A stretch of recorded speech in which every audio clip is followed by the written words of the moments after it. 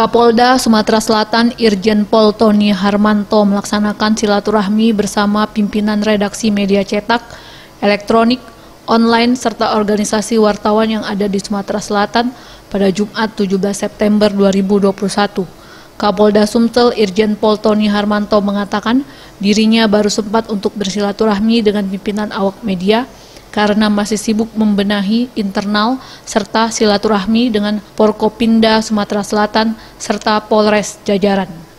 Ia menambahkan terkait untuk informasi COVID-19, Polda Sumatera Selatan berkolaborasi dengan berbagai pihak, termasuk media untuk terus memberikan informasi mengenai protokol kesehatan, vaksinasi, kemudian kolaborasi dalam kegiatan juga meneruskan informasi tentang masalah bahaya COVID, kemudian masalah protokol kesehatan dan vaksinasi.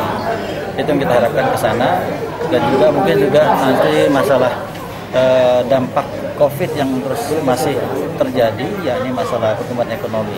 Kita berharap juga nanti media juga membantu menggerakkan kegiatan-kegiatan informasi pembangunan ekonomi. Ramayanti, Sriwijaya TV.